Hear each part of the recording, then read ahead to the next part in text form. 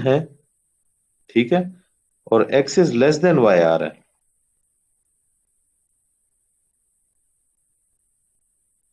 ठीक है, तो इसके साथ एंड कर दें कि first two digits are equal, these and these are equal and x1 is greater than y1,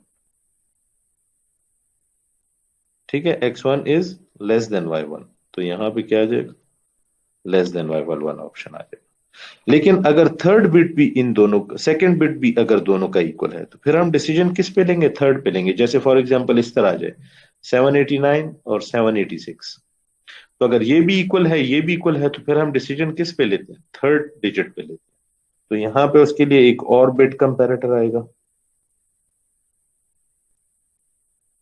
जिसको हम देते हैं इनपुट पे एक्स नॉट और वाई नॉट, ठीक है। तो if the previous two bits are equal, ठीक है, and this one is greater than that one, तो उसके लिए फिर आप क्या करते हो, एंड गेट लगा देते हो और यहां से कहते हो कि this number is x is greater than y, ठीक है। अगर वो दोनों इक्वल हैं, ठीक है, और ये लेस आ जाता है, तो यहाँ पे एंड गेट लगा के हम कह देते हैं this is x is less than y. लेकिन अगर तीनों बिट्स इक्वल हैं, तीनों बिट्स अगर इक्वल हैं, if this is equal and this one is equal, तीनों अगर इक्वल हैं तो हमारे पास क्या होगा, and gate. If this is equal and this is equal and this is equal, तो it means that x is equal to y, ठीक है। तो अब यहाँ पे थ्री लाइंस है, अगर इन तीनों में से कोई एक भी कंडीशन ट्रू होती है तो इसका मतलब क्या है कि x is greater than Y.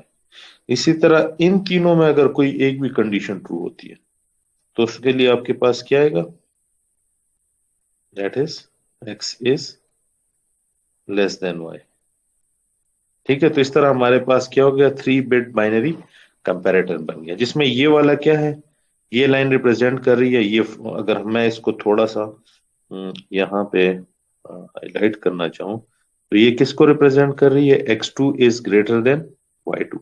If x2 is greater then y2, x is greater than y, और ये किसको रिप्रेजेंट कर रही है, ये रिप्रेजेंट कर रही है x2 is equal to y2 and x1 is greater than y1।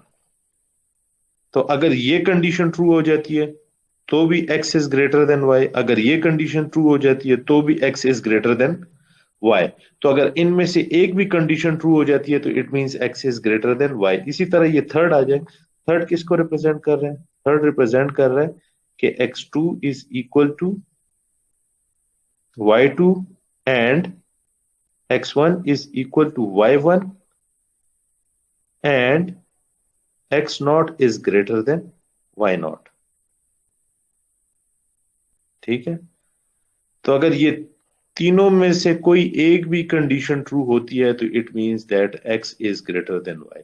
इसी तरह यहां पे लेस के लिए भी है, लेस में आपके पास पहला जो नंबर है वो किसको रिप्रेजेंट कर रहा है, this is x2 is less than y2। Next one, ये लाइन किसको रिप्रेजेंट कर रही है, ये कर रही है x2 is equal to y2 and x1 is less than y1, ठीक है। इसी तरह ये वाली लाइन जो है नेक्स्ट वन, वो किसे रिप्रेजेंट कर रही है, वो रिप्रेजेंट कर रही है x2 is equal to y2 and x1 is equal to y1 and x not is less than y not. तो इनमें से अगर एक भी कंडीशन ट्रू है तो it means that x is less than y। जबकि फाइनल में आपके पास तीन लाइंस हैं जिसमें क्या कर रहा है, ये वाली लाइन रिप्रेजेंट कर रही है x2 is equal to y2 को, ठीक है। ये वाली लाइन रिप्रेजेंट कर रही है x1 is equal to y1 को, और ये लास्ट वाली लाइन जो है ये रिप्रेजेंट कर रही है x not is equal to y not के लिए। और इनको हमने क्या किया, एंड किया। तो जब ये तीनों ट्रू हो, जब ये तीनों कंडीशन ट्रू हो तो only then x will be equal to y हम कह सकेंगे कि हमारे पास दोनों बाइनरी नंबर्स जो हैं ये इक्वल है। जी समझ आ रही है इसकी? जी सर। ठीक है। तो अगर हम इस पूरे सर्किट को इंटीग्रेट कर दें इन एन आईसी, तो हमारे पास जो रिजल्टिंग इसका स्ट्रक्चर बनेगा वो कुछ इस तरह से आएगा। 4 बिट या 3 बिट बाइनरी कंपैरेटर। तो उसके लिए आपके पास क्या होंगे, इनपुट आ जाएंगे 3 एक्स के, इसमें X0 X1 X2 आएगा। 3 आ जाएंगे वाई के, Y0 Y1 और Y2 आ जाएगा। और एक आ जाएगा आपके पास X is less than y का, एक आ जाएगा X is equal to y का, और एक आ जाएगा X is greater than y का। तो ये आ जाएगा 3 बिट बाइनरी नंबर कंपैरेटर। इसी को रीयूज करके फिर आप 6 बिट का, 12 बिट का एंड सो ऑन बना सकते हैं। अगर आप इसको 4 बिट का कर दें, X4 Y4, तो उसके लिए आपने इसके बाद एक और single bit binary comparator add करना होगा, जिसकी डायग्राम जो है वो बुक में दी हुई है।